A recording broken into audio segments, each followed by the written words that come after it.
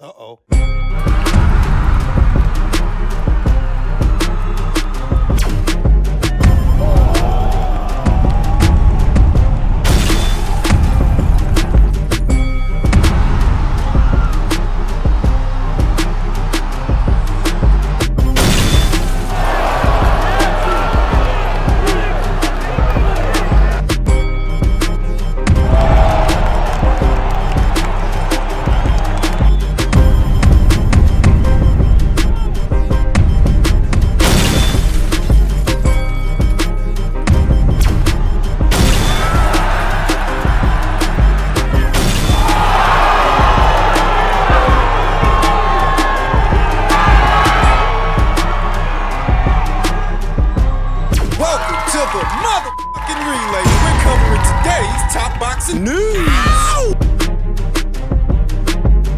I believe this was all a stunt. So they mentioned on their socials, the dad, that he felt ill, that, I don't know, he got poisoned or food poisoning. I don't know where he was going to that, if he was alluding that your team had something to do with it. But do you believe what they're saying about what happened, the reason why he's not going through with the fight anymore? Here's the thing with that. When he first put out the poisoning thing, he said that Shakur massage therapist rubbed cream on us. I don't have a massage therapist down here, so how did my massage therapist rub any cream on you? So it's hard for me to believe somebody who's just constantly come up with something new every single day. Every day, oh, he did this, he did that. No other opponent that I have ever fought have ever complained about anything with me. I always been a clean boxer. I always do things the right way. So to hear all of these things is just like, it's clown stuff. So I try not to get involved in the circus. So then let me ask you this. Why do you feel that they went through with all of this up to this point? Like, that's a lot of work to go and then do this like 2 days, 3 days before fight. Marcos Villegas, one of the better interviewers in the sport of boxing today, asking the relevant questions, and that's a good one. Why would they have let it go on this long? They didn't think it would happen, Marcos. They thought by attaching Floyd's name to Shakur's, they could ride that scooter for a couple of months, maybe a year, maybe two, adding to Floyd's profile, all the while never intending to actually fight Shakur. They didn't think the fight would happen. They didn't expect that Turkey would make it so fast. That's not what American fighters are used to. Whether you believe it or not, I feel as though it's a lot of people out here that love clout. They love fame. They love everything that comes with it. And truthfully, I believe this was all a stunt. I do as well. That Floyd Schofield was a no-show at the kickoff press conference, and all of the excuses that his father was making in the build-up. Very strange things, just very peculiar things to say. Seemed to me like the search for a narrative to sabotage this fight. A way out. That's what I believe. Even when I seen him, he didn't look nowhere near his weight. Like when I see people on fight week, it's like, okay, you look shredded down, like you sucked down something. He looked fully hydrated the entire fight week, way bigger than me. Of course, because he wasn't going to drain himself down for a fight he had no intention of having. Well, it must have been uncomfortable for them, for the Schofields, to have to go along with this because they're the ones that asked for it. For appearance's sake only, they went along with it. It would have been very bad optics if they didn't. But in the end, they had no intention of fighting Shakur. Okay, this don't really make that much sense. That's why when they say, oh, Shakur is too small, yeah, I was close to my weight, buddy. Floyd Schofield has since exonerated Shakur Stevenson of any culpability in association with what happened. He said, in all due respect, we cannot blame Shakur or his team. I believe Shakur really wanted to fight the kid. I took it all back. And believe it or not, there are still some holding to the narratives the Schofields propagated themselves, the ones they have since debunked. Dispelled. Because in their minds, it's likelier than not that Shakur and his team of assassins, this deep cover, deep state espionage, all took place. Broke into his house, ripped up his passport, slashed his bald tires. Found a way to poison him using sophisticated and secret technologies. This entire movie production seems likelier than not to all of these critical thinkers then Floyd And his daddy. they bottled it. I mean, what might seem obvious to me and you, that's not enough for them. They think there's something more nefarious going on. You guys watch too many movies. Floyd Schofield, via his social media account, said much respect to Eddie Hearn. He played no part in all of this, no matter what text is circulating. Thank you for the opportunity. We really do appreciate you and Matchroom. I hope we can work together in the future. All peace and love to all. Eddie Hearn had his say on the matter. He chimed in. I don't know because I've never met Floyd Schofield. I've never met Floyd Schofield Sr. But when you're making the accusations that he has been making, which are the most wildest things. I mean, didn't he say that his uncle is best friends with Shakur's dad? Shakur's like, I've never met his uncle. I don't even know any of his family. Like, the whole thing is so bizarre. But I can't comment because I don't know them. But they checked themselves into hospital because they said... Oh, that's an interesting detail. They checked themselves into the hospital. Likely needed the doctor's note so that they could play hooky on Saturday. You saw what they tweeted, yeah? And now what? They're all right now? Or I don't know. But listen, at the end of the day, I'm not the commissioner. I don't decide who fights and don't fight. British Boxing Board of Control. You imagine they allowed him to fight and something happened to him in the ring when he'd been in hospital for 24 hours that week. So they've made the right decision. Shakur, everyone thinks Schofield is full of absolute waffle. I don't know the guy. But out the way, move over, irrelevant, we're coming through. Shakur Stevenson, pound for pound best fighter in the world, and good luck to Josh Padley. He'll come with a big set of bollocks and he'll give it a good go. He'll get beat, I believe, but good luck to him. A good lad from Yorkshire is going to make a nice few kid, change his life and fight for the world title. He's up for it. He ain't checking himself in nowhere. So don't waste our time, especially when it's Shakur Stevenson, because this kid is one of the best fighters in boxing, and I'm not allowing anyone to disrupt his career. We deal with Saturday night, then bring on Tank. With these fights, we don't need these fights. Schofield.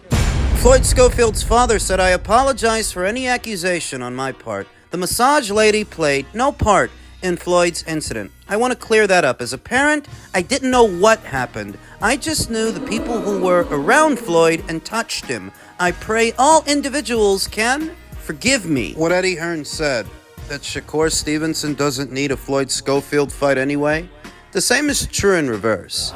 Wouldn't it have been easier to just let Floyd develop in the background like he's supposed to? Let him develop gradually. Don't put any pressure on him. Don't attach his name to anybody else's because he still is a prospect. Wouldn't that have been easier? The American boxers and their fathers can't help themselves. They can't help but to reduce the sport of boxing to a circus. What they thought is that they could use Shakur Stevenson's name for some press. They didn't actually expect that anybody would come in and make the fight, so that when it gets made, they're painted into a corner with no choice but to go along with it for the optics, though underneath it all, they were never gonna do it. It's not what the Americans are used to. Fights getting made in a timely fashion, they're used to a year, 2, maybe even 5. 5 years of build-up, 5 years of back and forth. They don't figure that, if you want the fight, you can get it, and somebody's gonna come in and make it. Somebody's gonna pay for it. Turkey did. They just didn't figure that somebody would put them on the spot. And they stood in that spot for as long as they could, but they were never gonna fight. What I think. What I find disturbing is how many people went along with this for no other reason than the Schofields said it. It never held any water, but they went with it anyway because they wanted something negative to say about Shakur. And I think the kid's boring. I don't like his base style any more than you do. But what you guys are doing... You remind me of why I have such a low opinion of people. In a general sense. People are pieces of shit. No honor, no integrity. You tried to crucify this kid for something somebody else did. You're a detriment to your species. Your tribe, or whatever you want to call it. Whatever. The less people you talk to, the less dumb things you end up hearing. That's what they say. Who says that? I just did, less than a minute ago. London from the Ring Magazine award show. Tell me what that was like being out there with all them different fighters. And some of your ops, too. Like, it was cool to just be in a room with, like, some of the great fighters. But, like, how you say, like, the ops and all of that, like, I seen them, but it's like, go about your business. I don't really got nothing to say to you. But what do the energy be like? When you like y'all in the same room, is it like y'all looking at each other? Is it everybody looking straight ahead? Like, what type of time y'all be on? Only person who seemed to have energy that I would say, but it was like female-ish energy for me, Teo. Everybody else was like looking away, but Teo was the only one with kind of like... What you mean by that? he Female like energy. he want the center of attention. Like he got to be the guy. Like to like everybody need to pay attention to me. Like act like a girl. Like bro, we all in here with great fighters.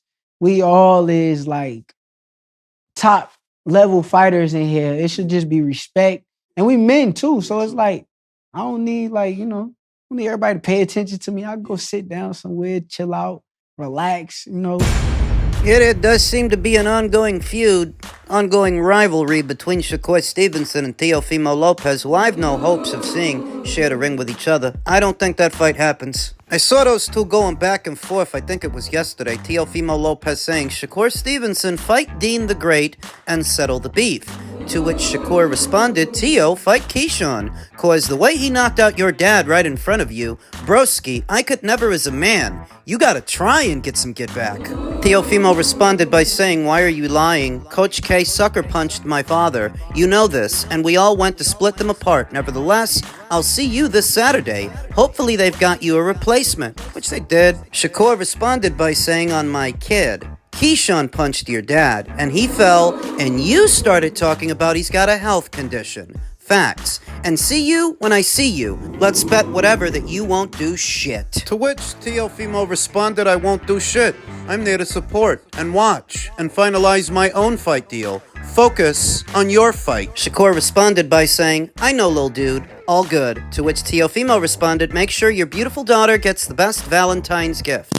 Very odd way to close out that conversation. A very odd thing to say. Teofimo is a very odd guy. I remember when he was on Cameron Giles' podcast, Mason Betta, and he had this and that to say about Shakur Stevenson. This and that, but simultaneously saying that he would never fight him. That was a couple of months ago. That's the female energy. That's the female trait that if you're going to tear him down and you're going to trash him, why don't you prove it where it counts and make some money in the process? Why don't you do it in the ring? Teofimo doesn't want to. On more than one occasion, I've heard him say that he would not fight Shakur Stevenson. They're separated by weight now anyway. Shakur's at 135 and Teofimo's at 140. Could be moving up to 147.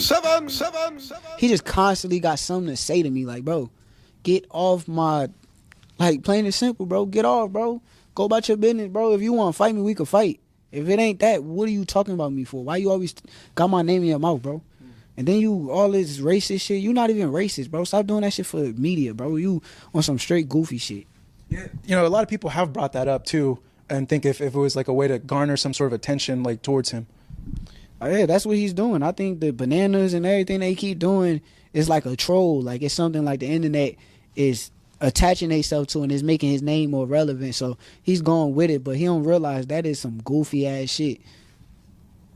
Does that disqualify him for a future fight, like, because of all that stuff? Everybody's saying they wouldn't fight him, but shit, I'll fight his ass. Yeah. I don't mind. I'll whoop his ass. It's jealousy, Shakur. It's jealousy. It's because when you were both at top rank, you were being guaranteed more money than him, even though he feels he has a better resume than you. That's what it is. And maybe he does. The issue is Teofimo's not that big a ticket seller, and I know that Shakur isn't either, but Shakur's done close to 10,000 in New Jersey, whereas Teofimo, he's a Hulu theater fighter. You're talking about close to 5,000 tickets, after tickets. Come on. And you lost to George Cambosos. I don't know why so many people gloss over that. Losing to that guy did not help Teofimo's situation. Come on. It's jealousy. Shakur Stevenson and Teofimo Lopez are an odd pairing when you think about it. There's not much reason for them to fight. They're separated by weight, but I've seen Teofimo on more than one occasion take shots at Shakur. Simultaneously saying that he wouldn't fight him. That's what makes it female energy. Then why are you even talking about this guy? If you don't want to fight, then what's the point? What's the point in sending Keyshawn Davis a case of bananas with a watermelon with a note? What's the point in that if you're not going to fight? What's the point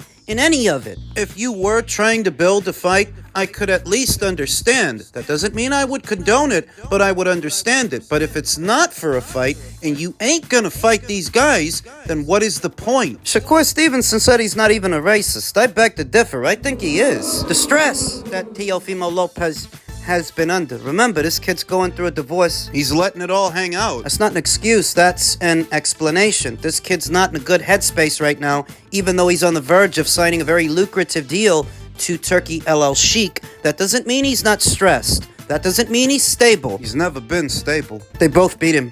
They both beat Teofimo Lopez for different reasons. Shakur would outpoint him. I think Shakur would outpoint him, and Keyshawn would knock him out. Shakur, stylistically, is a nightmare for a boxer puncher, a counter puncher like Teofimo, because you won't get the openings you need to land those counters. Shakur is long and loose and on the outside, being economic, being careful. On his bike. While Teofimo is a shorter, stumpier, stockier fighter who's not that good at closing the distance, and I don't get the sense that that's going to all of a sudden change. I don't. I think Shakur would outpoint him, and Keyshawn would knock him out. Keyshawn has the stopping power that Shakur doesn't have. It's a very different fight. Shakur brings to the table all the things that Teofimo struggles with, because he struggles with movers and jabbers and boxers. That style don't do him any favors, whereas Keyshawn is a bit more come forward. He's not a pure boxer like Shakur. No? No, Keyshawn is a boxer puncher like Teofimo is a boxer puncher. It's all in the name, though I will say Keyshawn is better on the front foot than Teofimo, even though Teofimo is the more proven fighter in a manner of speaking, having shared the ring with the likes of Vasyl Lomachenko and Tosh Jailer. Then why are you picking Keyshawn Davis to beat him? It's not about preference, it's about pugilism. Yes, you beat Vasyl Lomachenko, and that's a better guy than any guy that Keyshawn has fought, but there's more to it. I mean, there's more context that Vasyl Lomachenko did go into that fight injured. He had an injured shoulder, didn't want to let his hands go for several of the early rounds. Josh Taylor was coming off a controversial fight with Jack Catterall, a year of inactivity and an injury when you fought him. So while those are credible opponents and credible scalps, context matters. That context. How good are you really? Now, you can give him credit for those fights. You can give him credit for those scalps and rate him as such, because he does have a better resume than a Keyshawn Davis. He is a more quote-unquote proven fighter. But I happen to think if you actually made a fight between them, Keyshawn would win, because Teofimo is consistently inconsistent, and he has been for the last 5 years.